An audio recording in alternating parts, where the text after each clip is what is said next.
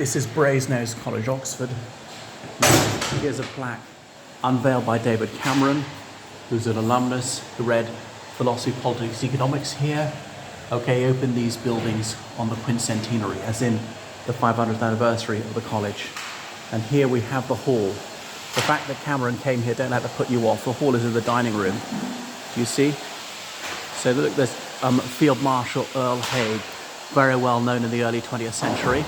This is First World War general. The Earl Haig Fund, as in the Poppy Appeal, set up by him. Okay,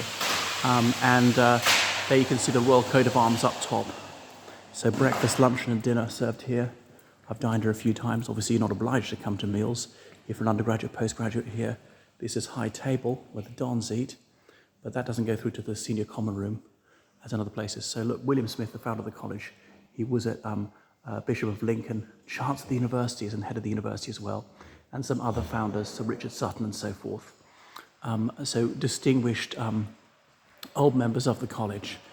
Lord Addington, so he was the Prime Minister, the only Prime Minister until Cameron came to this college, a Wykehamist, as in he went to Winchester College rather, just like Rishi Sunak. The only two PMs ever to have gone there. Robert Runcie, the Archbishop of Canterbury, the one who married Charles and Diana, who thought that they were actually unsuitable to each other, but didn't prevent the match, was not legally empowered to do so. Look, William Golding, Lord of the Flies. H.L.A. Hart, scholar of jurisprudence, who's principal for a while. Okay, sparred with Ronald Dworkin, his pupil, and so on. Okay. So then they realised that no women had been portrayed, so they decided they put up images of women as well. So they went mixed in 1974.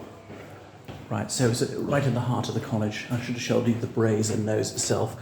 There's the brass nose door knocker that got shiny from all the people touching it, hence the name Brasenose. Anyway, what else about Brasenose? I'm just trying to think. Is there anybody else of great distinction who attended this college? Very close to the Radcliffe Camera. The head of the current of the probation service. He was there. What's his name? Michael Atkins. So this quad, it may look quite old, but this one is only built about 1900, and they built this new quad to look much older than it really is. And yes, undergraduates and postgraduates really have the bedrooms here. That gate dead ahead is virtually never open. That's onto the high street. This is the west end of the chapel.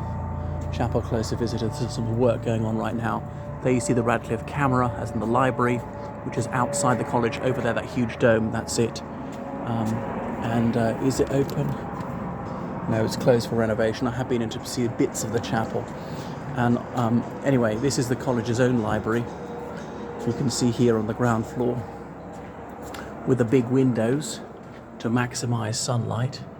Thinking back to the times before there was electric light, they want candles lit in the library, let the whole place burn down. Think back to the days of when there were handwritten books, this is before printing. So sometimes a book was the only copy in the realm. And there is room number 7. So coming on to main quad now, the Greenland Library. I don't know why it's called Greenland Library.